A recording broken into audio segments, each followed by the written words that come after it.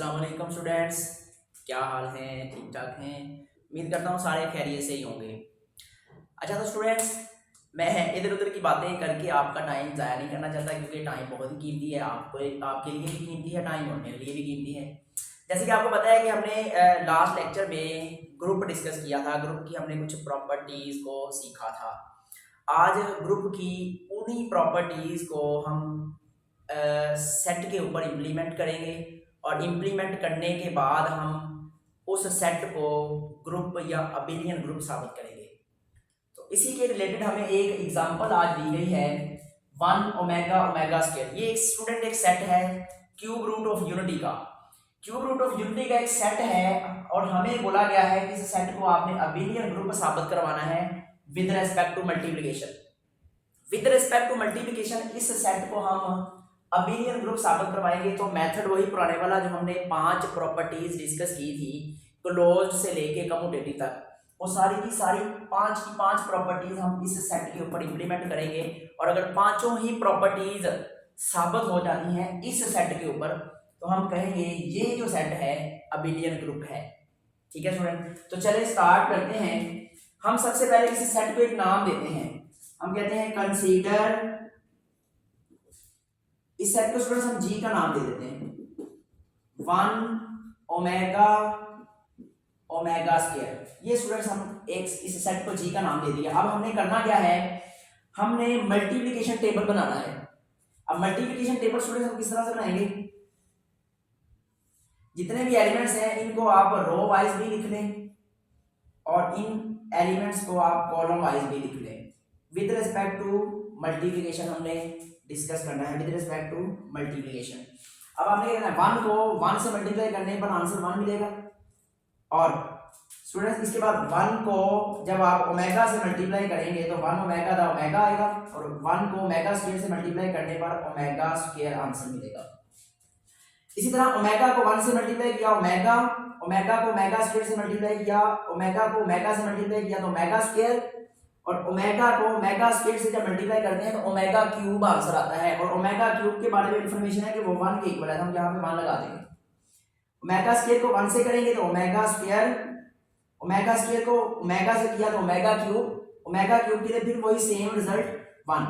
Omega square को omega square से जब मल्टीप्लाई करेंगे तो ओमेगा 4 आएगा, और ओमेगा 4 को हम इस तरीके से ब्रेक करेंगे, ये तो 1 होगा और बाकी क्या रह जाएगा ओमेगा। तो यहाँ पे रिजल्ट क्या आ जाएगा ओमेगा। अब देखिए इतना स्टूडेंट्स काम करने के बाद आपने जो पहला काम करना है ना, वो क्या है, आपने देखना है कि इस सेट के अंदर ये जो मल्टीप्लिकेशन हमने टेबल बनाया है, इस मल्टीप्लिकेशन टेबल के अंदर क्या कोई ऐसा एलिमेंट है जो इस सेट में ना हो, ये सबसे पहले देखना है।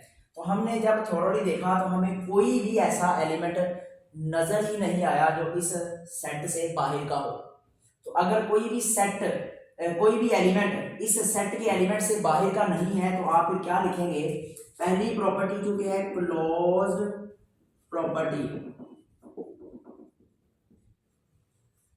पहली प्रॉपर्टी स्टूडेंट्स हम डिस्कस करने लगे, हम लिखेंगे since all elements of the multiplication table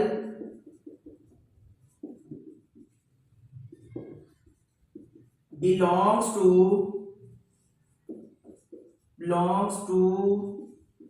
the set G, so it is clear that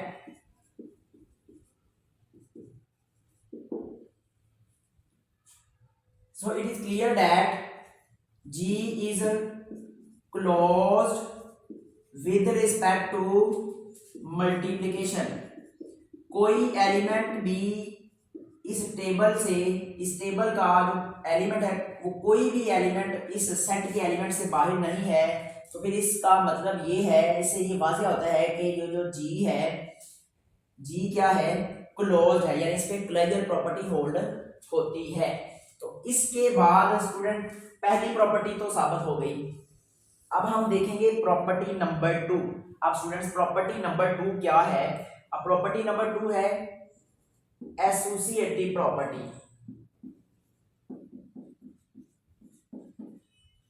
अब आपको याद होगा मैंने आपको बताया था एसोसिएटिव प्रॉपर्टी में हम कितने एलिमेंट लेते हैं।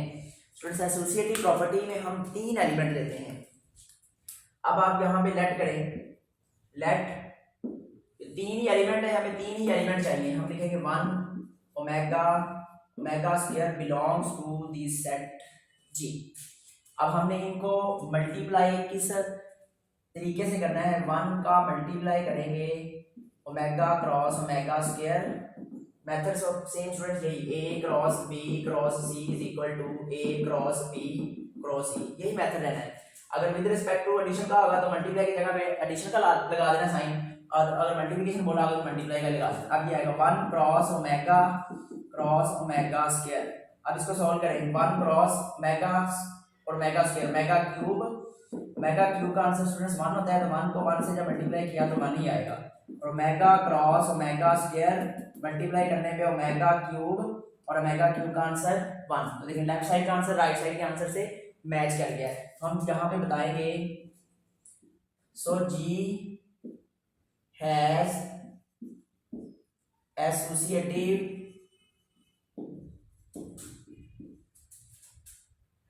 प्रॉपर्टी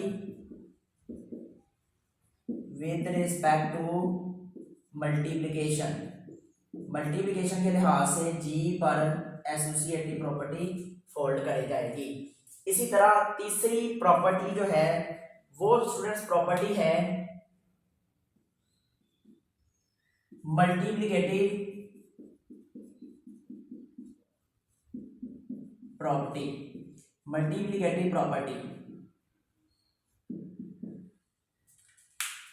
स्टूडेंट्स आपको याद होगा कि मल्टीप्लिकेशन के लिहाज से जो आइडेंटिटी होती है ना, यानी मल्टीप्लिकेटिव आइडेंटिटी होती है वो 1 होती है। अब मल्टीप्लिकेटिव आइडेंटिटी तो 1 होती है, तो आपने इस सेट में से देखना है क्या इस सेट में जो मल्टीप्लिकेटिव आइडेंटिटी पड़ी हुई है कि नहीं हुई। तो ये देखिए ऑब्वियसली यहाँ पे मौजूद है 1, यहाँ पे मल्टीप्लिकेटिव एलिमेंट है, तो 1 मौजूद होने की वजह से हम यहाँ पे लिखेंगे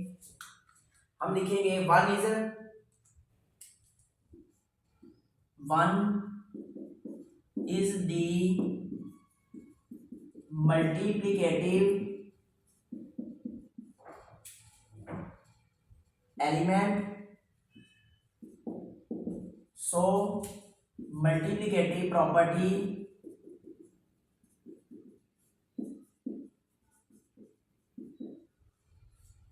holds in जी सेट के अंदर मल्टीप्लिकेटिव प्रॉपर्टी होल्ड करेगी। अब ये स्टूडेंट्स 3 प्रॉपर्टीज हो गई हैं। अब चौथी प्रॉपर्टी हम देखेंगे। अब चौथी प्रॉपर्टी कौन सी थी? चौथी प्रॉपर्टी स्टूडेंट्स थी इनवर्स प्रॉपर्टी।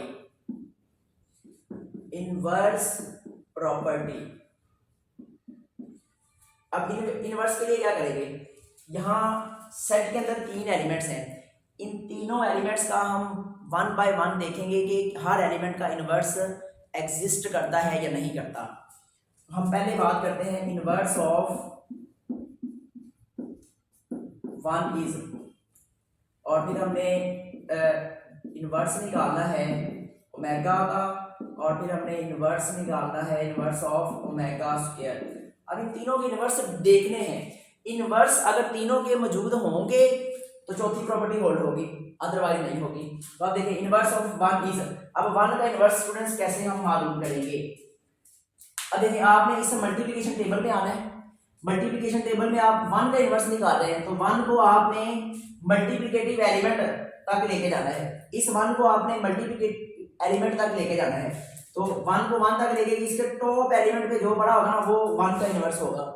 यानी आप यहाँ से यहाँ तक गए और इससे ऊपर जो टॉप पे एलिमेंट होगा वो इस वाले एलिमेंट का इनवर्स होगा।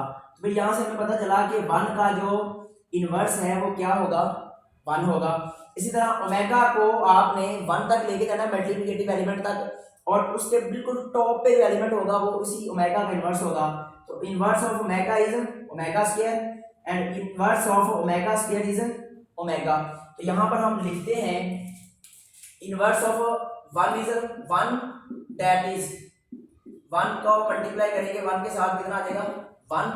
Inverse of omega is, omega का इनवर्स कितना था omega square, that is omega multiply omega square is equal to omega cube, और ओमेगा क्यूब का आंसर स्टूडेंट्स कितना आएगा 1 आएगा। और inverse of omega square is omega, that is omega square multiply omega is equal to omega cube, और omega cube का answer students कितना आएगा 1 आ जाएगा। अब तीन एलिमेंट थे, तीनों का इनवर्स एग्जिस्ट करके हम लिखेंगे since inverse of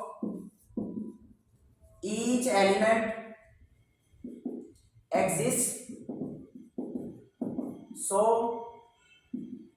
inverse property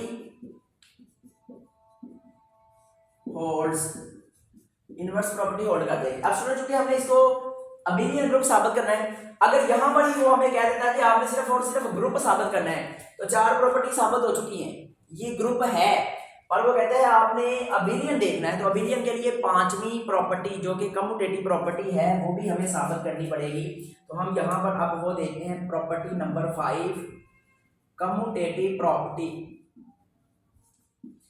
commutative property, अब स्टूडेंट्स कम्यूटेटिव प्रॉपर्टी आपने कैसे मालूम करनी है, कैसे कम्यूटेटिव प्रॉपर्टी निकालनी है, तो उसके लिए आपने वापस आना है मल्टीप्लिकेशन टेबल पे। अब देखिए स्टूडेंट्स ये जो है ना, ये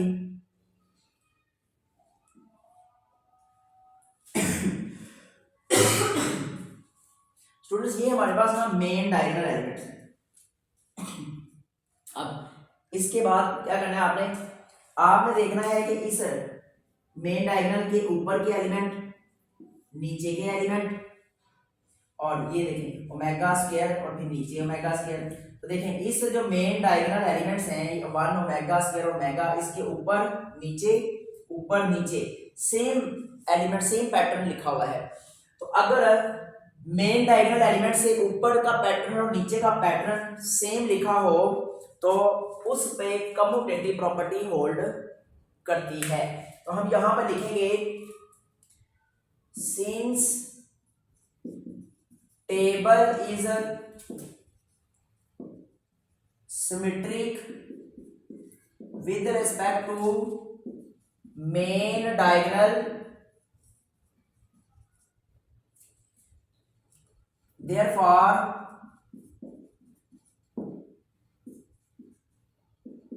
commutative property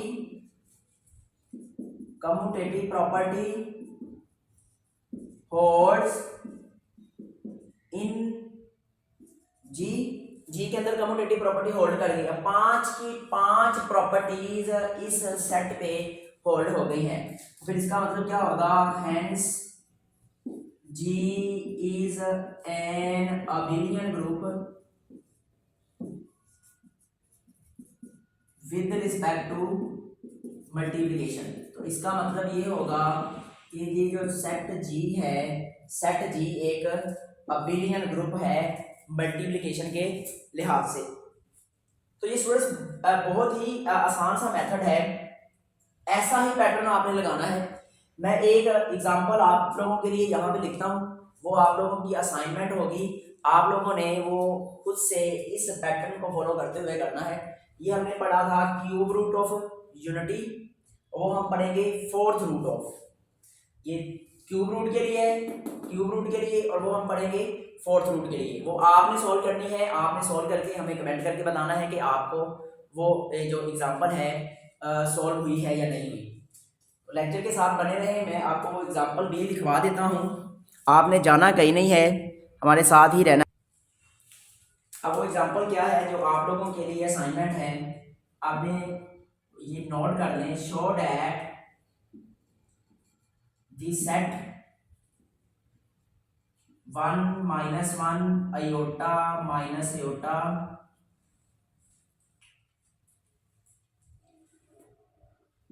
is an abelian group with respect to multiplication। इसको स्टूडेंट्स आपने मल्टीप्लिकेशन के रिस्पेक्ट से देखना है कि क्या ये जो सेट है मल्टीप्लिकेशन के रिस्पेक्ट से अबेलियन है या नहीं है। एग्जाम्पल नंबर होगी 2। इस एग्जाम्पल नंबर 2 को आपने सॉल्व करना है, कमेंट करके हमें बताना है कि आपको ये कॉन्सेप्ट समझ आ गया है कि नहीं आ गया। तो इस तरह की मज़ीद वीडियोस में हम आपसे फिर मुलाकात करेंगे। तब तक के लिए अल्लाह हाफिज़।